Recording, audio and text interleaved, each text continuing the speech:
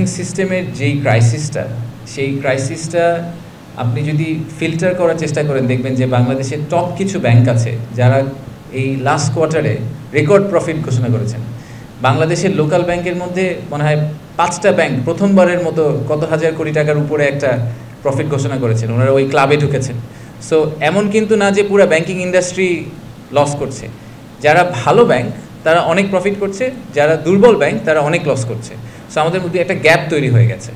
তো বিনিয়োগকারী যদি বাংলাদেশে আসেন এবং তিনি যদি হাই কোয়ালিটি বিনিয়োগকারী হন, ওনার ফাইন্যান্সিংয়ের অভাব হবে এটা একদমই মনে করি না। টপ টিয়ার ব্যাংকরা সবসময় টপ টিয়ার কাস্টমারদের জন্য they are very ready to do anything, এবং সেটাই আমি সবসময় দেখে এসেছি যে লিকুইডিটি পয়েন্ট অফ ভিউ থেকে যারা ভালো কোয়ালিটির বিনিয়োগকারী তাদের আসলে ফাইন্যান্সিং নিয়ে কখনো ঝামেলা করতে হয় না।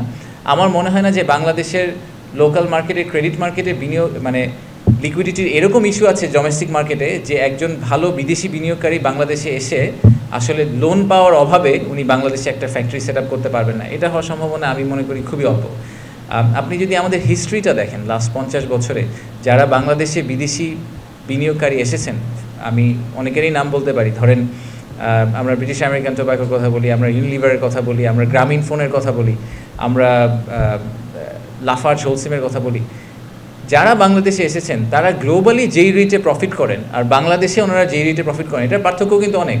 বাংলাদেশের রিস্ক প্রোফাইল ইজ হায়ার, কিন্তু at the same time return profile is also very high. বাংলাদেশে ব্যবসা করা কঠিন, কিন্তু বাংলাদেশে যদি কেউ ভালো ব্যবসা করতে পারে সে আবার ওই গ্লোবাল স্ট্যান্ডার্ডের চেয়ে অনেক বেশি প্রফিট নিয়ে বাংলাদেশ থেকে আসলে আউটরান করতে পারে বাকি ওনার কম্পিটিটরদেরকে। সো এবং যেইসব ইন্ডাস্ট্রিতে বিদেশি ইনভেস্টাররা এসেছেন তারা কিন্তু সেই সব ইন্ডাস্ট্রি ডমিনেট করেন ইনফ্যাক্ট আমাদের ক্ষেত্রে। সো আমি একদমই মনে করি না যে ভালো কোয়ালিটির ইনভেস্টর যারা বাংলাদেশে আসতে চান তারা ব্যাংকিং ক্রাইসিসের কারণে আমাদের যেই মানে যারা দুর্বল ব্যাংক তারা যে ডিফিকাল্ট টাইমটা ফেস করছে সেটার কারণে ওনারা লিকুইডিটি পাবেন না। আমার ধারণা ওনারা খুব ইজিলি লিকুইডিটি ম্যানেজ করতে পারবেন। এবং এনসিপি, তো এই বিএনপি জামাত এনসিপি ওনারা প্রত্যেকেই কনফার্ম করেছেন যে ওনাদের রিপ্রেজেন্টেশন থাকবে সামিটের মধ্যে, ইনঅগ্রাল সেশনেও থাকবে, এবং তারপরে ওনাদেরকে আমরা একটা ব্রেকআউট রুমের ব্যবস্থা করে দিয়েছি, একটা মিটিং রুমের ব্যবস্থা করে দিয়েছি, ওখানে ওনাদের লোকজন থাকবেন।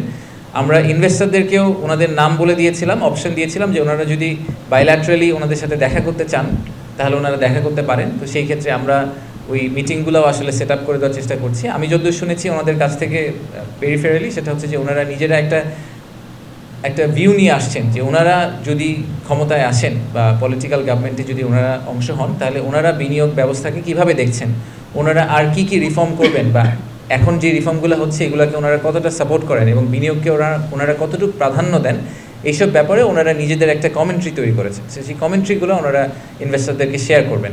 যেই কারণে আমরা এটা করার চেষ্টা করছিলাম সেটা হচ্ছে যে ইনভেস্টররা পলিটিক্যাল কন্টিনিউইটি ব্যাপারটা নিয়ে অনেক কনসার্ন রেজ করে অনেক সময়, যে এই ইন্টারিম গভর্নমেন্ট আমরা ধরেন 20টা রিফর্ম করে গেলাম, যে 20টা রিফর্ম আবার যদি পরের সরকার এসে ওই রিফর্মগুলোকে আবার উল্টা দিকে ফেরত নিয়ে যায় তাহলে তো আসলে বিনিয়োগ ব্যবস্থার কোনো উন্নতি হলো না।